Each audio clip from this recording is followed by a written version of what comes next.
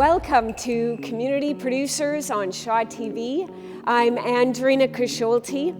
I'll be your hostess to take you through some fantastic stories from local volunteer producers in the Comox Valley and Campbell River and beyond. Thank you very much to the Vancouver Island Visitor Centre, Comox Valley, for hosting us today. We've got some beautiful displays here that you'll be seeing throughout the show. Our first story today is produced by me, and it's about Dove Creek Design and Studio.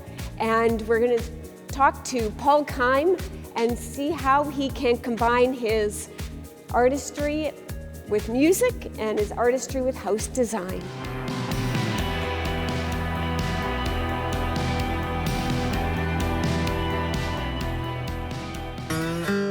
Paul Keim of Dove Creek Studios had all kinds of choices of where to live, and he chose the Comox Valley.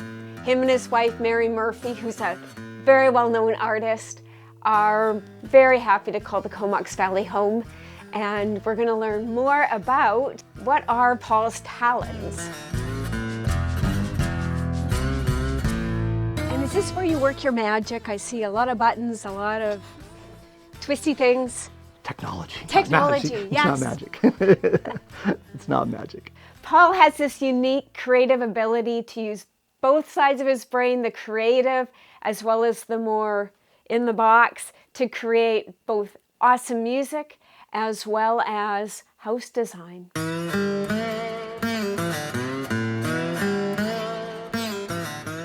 I think a lot of really creative people have this as well, that I have an inverse relationship with how do you bring things together, understanding art in the context of all this technology, or beautiful house in the context of structural design and insulation and all that sort of stuff. And it's a sort of inverse relationship. The harder it looks, the more I'm leaning into it and going, oh, that's challenging. I like that. Paul has developed this talent of making complicated things, house design, seem more simple. Not that simple is bad, I like that, but sometimes creating the simple's harder than anything else, actually, and not making it look like it's boring.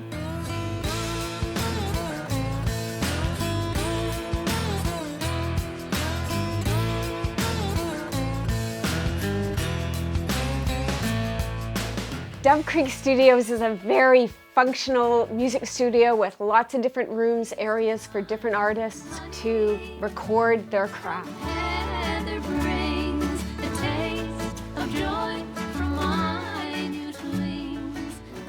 I mean, at the moment, I'm surrounded by a wonderful community of colleagues here that are ridiculously talented craftspeople. And I come to them and go, I got an idea. And they go, okay.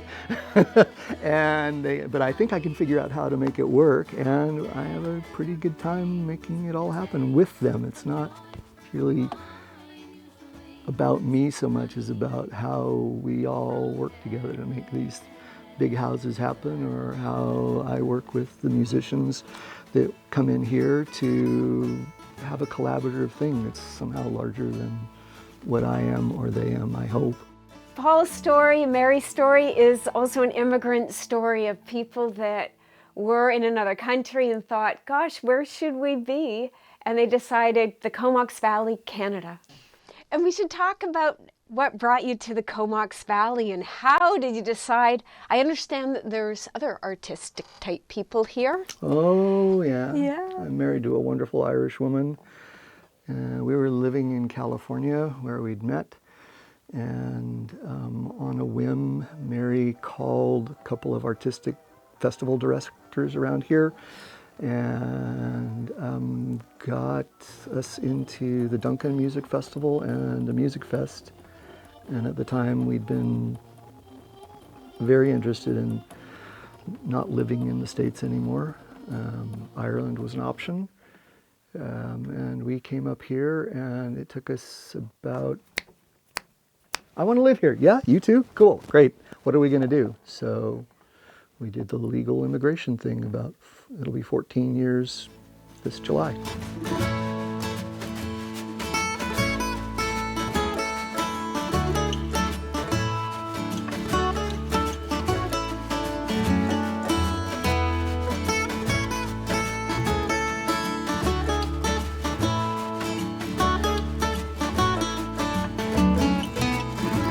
want to get hold of Paul, you can visit his website in the Comox Valley for Shaw TV at Dove Creek Studios. I'm Andrina Kasholti. Request access to air your content on the community producers. Volunteer with us. Join a free TV workshop. Check out these websites. I think I hear a beat. I do. It's African drumming beat, and our local producer, Sue Vince, has a wonderful story for us about African drumming from Royston Hall. You're going to see people with smiling faces, maybe a little bit of movement of their shoulders as they enjoy drumming.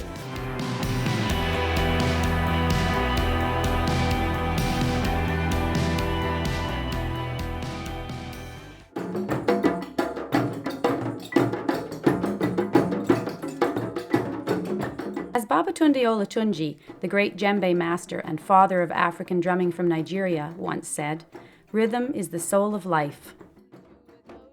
I feel so blessed to be able to study with Kokosali Diobate from Guinea, West Africa.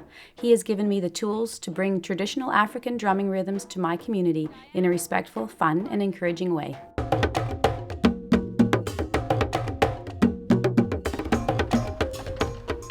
My name is Monica Hofer, and I teach African hand drumming in the Comox Valley.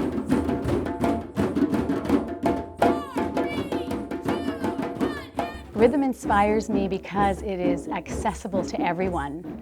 So we're all born in rhythm. We spend 9 months in our mother's womb and we listen to her heartbeat, and we're surrounded by rhythm all the time.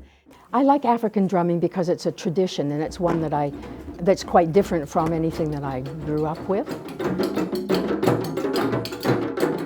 These are different kinds of rhythms. So I get to appreciate a much broader spectrum of rhythms and melodies. Well, I like the mental challenge. It works your mind, and while you're at African drumming at a class, your mind has no time to be thinking about anything else.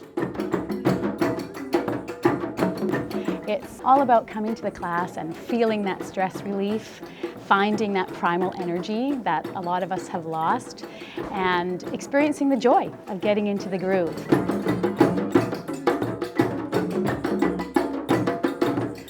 What initially drew me to African drumming was actually something very surprising. It was my daughter who was initially very interested in drumming. One day she just pointed at a drummer and said, "I want to do that."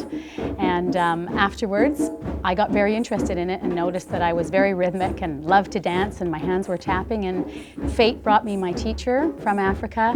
And after that, I just kept studying and realized that it was what I really wanted to do. We're going to follow my foot and just alternate our hands like this, bouncing off the drum, making that nice solid sound and producing the tone or the open tone.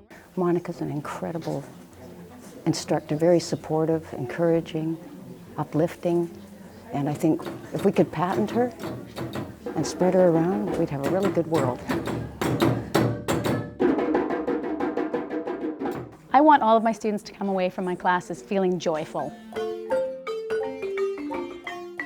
It's such a wonderful feeling for people to get into the groove. You sort of have that aha moment when everybody's playing together, and it's exceptional. It's my therapy.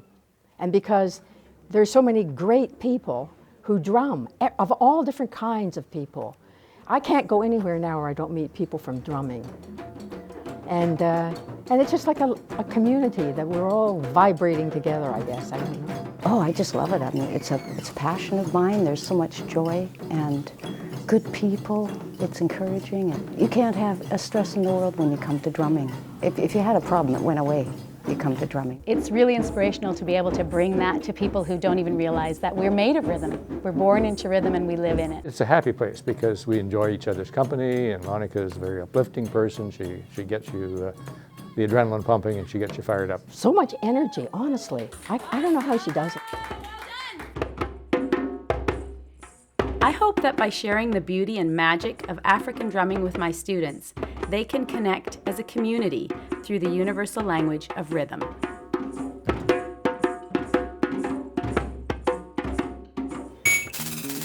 dim the lights. This next story could use some extra ambiance, darkened lights. Sean Piggott is our producer from Fox and Bee Studios, and we're going to see the Cumberland Lantern Festival. And it's fantastic.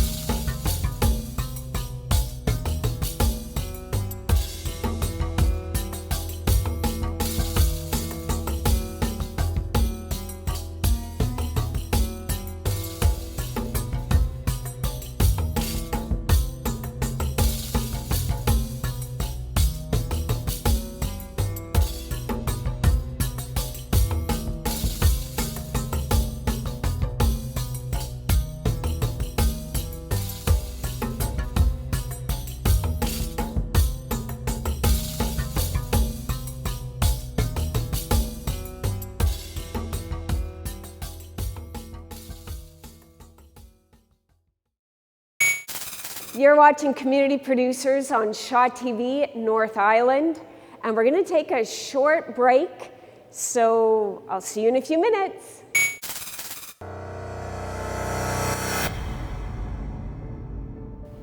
Looking at May for the CID, May 4th to the 6th, Pantuso Dance Groove. Wednesday, May 10th, School District 71's Aboriginal Education Ceremony. On Friday, May 12th, Celebration Singers have Our Canada, a celebration for Canada's 150th birthday. May 14th to the 20th, hosted by Courtney Little Theatre, is the North Island Drama Zone Festival. And finishing out May, the 25th to the 27th, Triple Heat Dance presents Ignite. That's May at the CID. For more details and for tickets, please visit us, sidwilliamstheatre.com.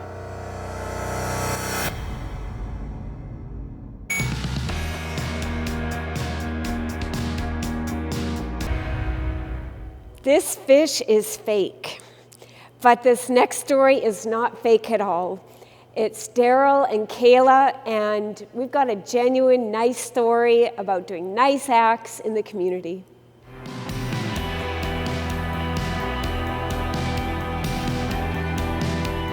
This is Daryl.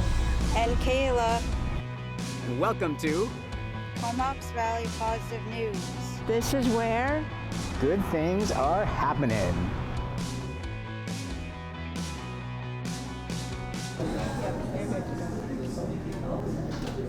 Okay, so today's positive news is something we're self-inflicting, Kayla and I.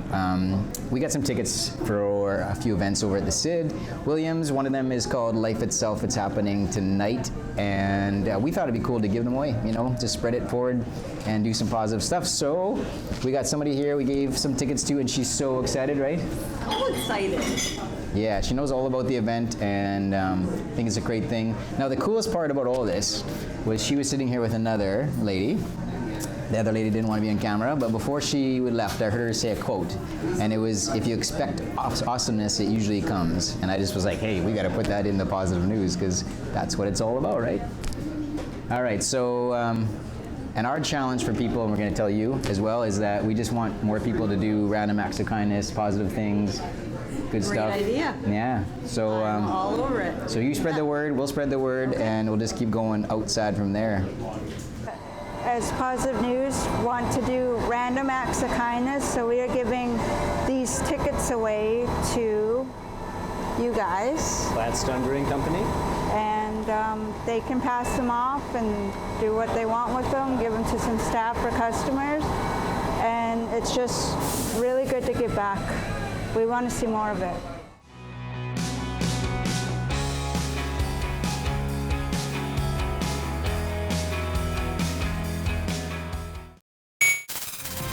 Request access to air your content on the community producers. Volunteer with us. Join a free TV workshop. Check out these websites. Learn more about the life of a refugee following World War II. Mona's story is produced by Rochelle Baker of the Immigrants Welcome Center in Campbell River.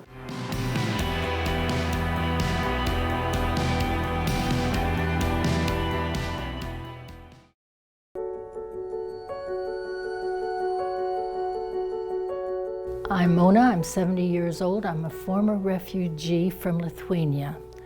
My family fled from Lithuania from the Russians to the coast of Lithuania to catch a boat to escape to Denmark.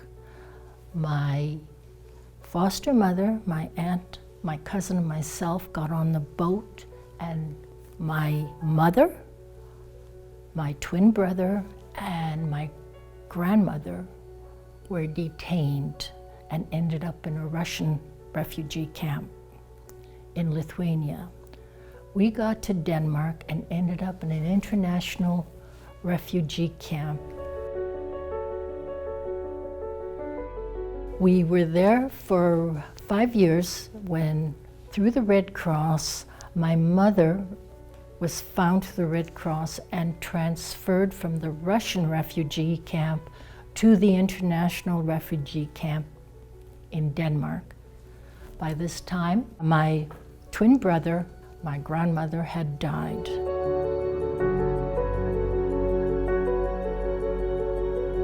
In the meantime, she married another man. Her husband was killed, and myself, my mother, and my stepfather, we went to Canada. For me, the biggest hurdle was, of course, leaving my foster mother behind and going with my mother, who I didn't know that well, and my stepfather, who she married, who I didn't know at all. So basically, I was going to Canada with two strangers, practically, and that, I think, was a real shock to the system. But I soon realized I was fortunate to have him as a stepfather. And because I missed my cousin and my aunt and my foster mother, he sponsored them. He sponsored my aunt, my cousin, and my foster mother to join us. I must admit that made my life a lot more comfortable. I don't think anyone else would have done that.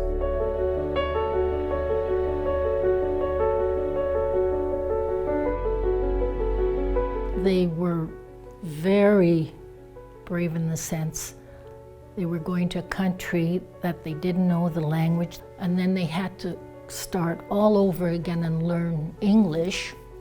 The qualifications they had didn't apply here, and for them to find work, they had to take what they could find.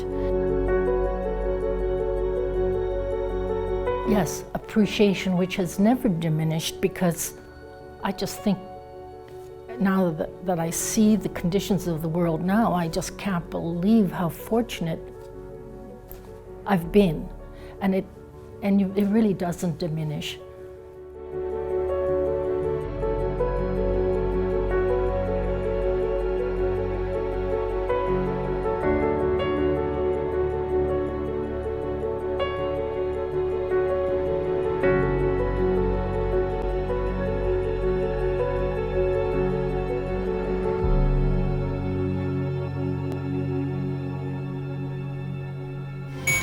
Request access to air your content on the community producers.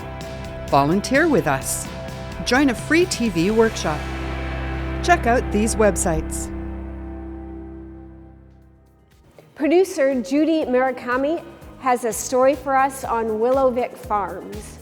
We're going to see the dynamic skills of these farmers, artistry as well as farming skills. And remember, farmers feed the world.